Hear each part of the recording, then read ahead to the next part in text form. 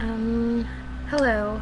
So, this is going to be a very personal video that's going to include a lot of talk about pedophilia, rape, grooming, conditioning, and other serious and disturbing topics. So if you're sensitive to that kind of material, you really should not watch, or I guess listen. I'm a child sexual assault survivor, and so I wanted to talk about some stuff relating to that. When I was younger, I had a lot of problems with a number of pedophiles, and I want to speak about them and talk about what happened exactly, and bring up the fact that the sentiment that people who enjoy Lolicon would never hurt an actual child is bullshit. Because the only thing that these men had in common, aside from being pedophiles, was that they all were into Lolicon. Um, the very first pedophile I ever encountered on the internet was named Dylan. This was when I was 10 years old, actually.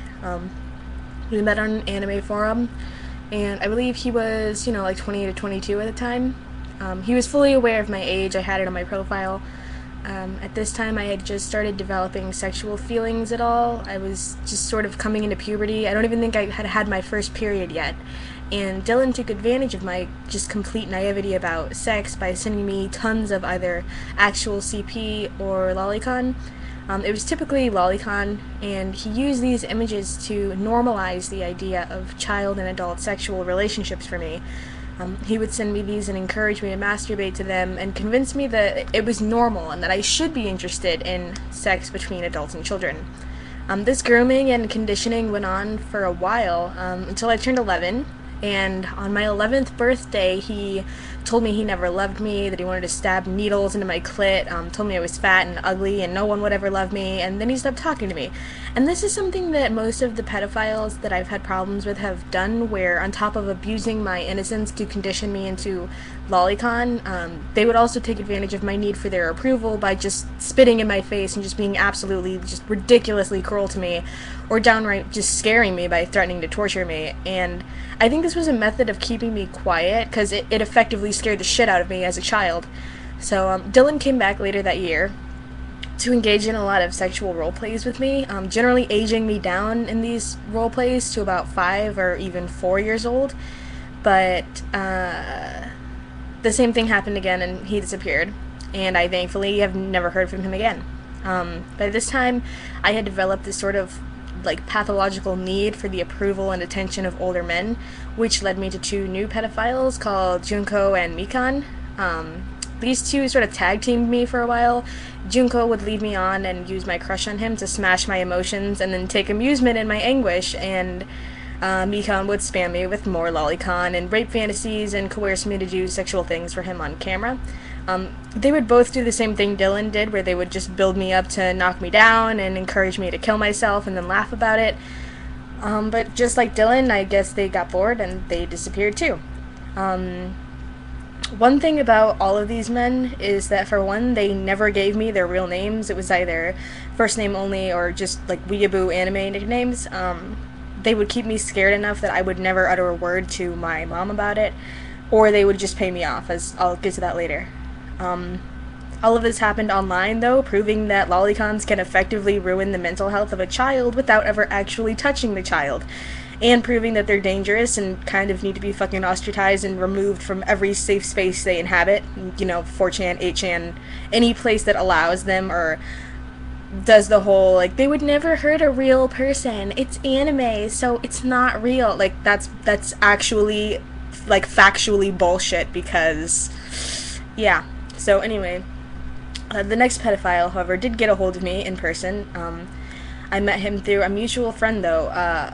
She knew him in person, and I knew her in person, and she didn't know he was a pedophile, and, like, I hung out with her all the time. So when she said, there's a guy you might like, I didn't have any reason to doubt her judgment. We started dating, and I was happy to be receiving attention and approval from an older man.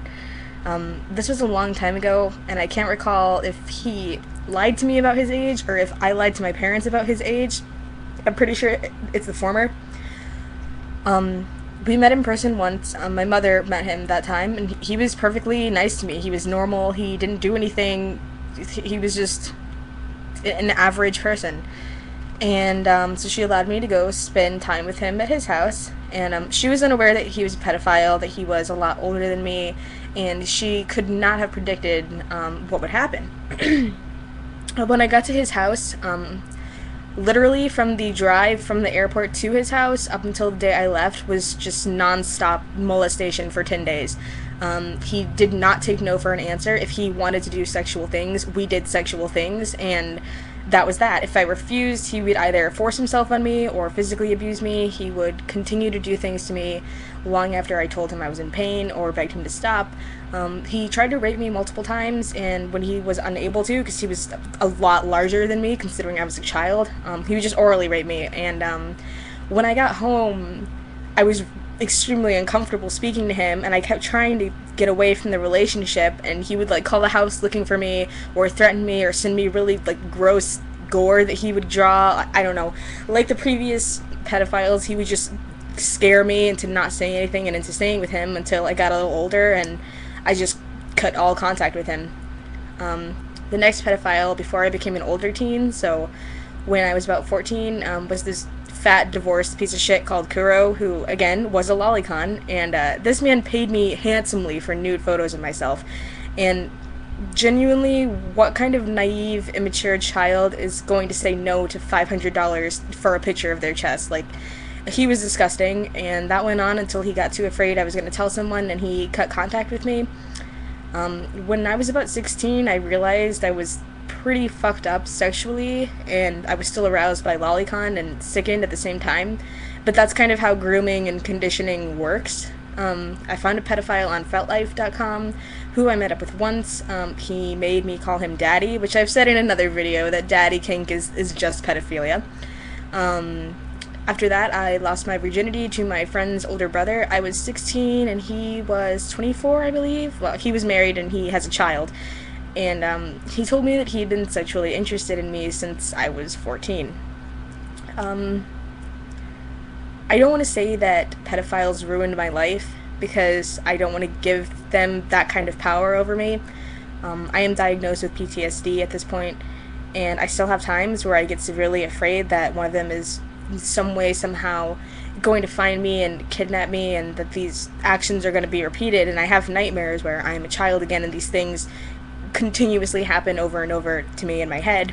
But I have a great therapist, and I have good medication, and I have a supportive family and a wonderful group of friends and an amazing fiance, and I'm trying to focus on life after abuse and living around what's been done to my mental health. I can't undo what happened when I was a kid or a teen.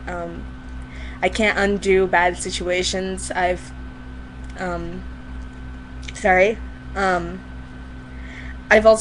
into other bad situations since I've been older, because I'm still so developmentally delayed, and I don't pick up on red flags as easily as other people do. I can't take any of that back, though. I can't undo what happened. But I will just move forward and enjoy my life, and I swear to God, I will fight against pedophiles and lolicons and people like those men until the day I die. So, thank you for listening.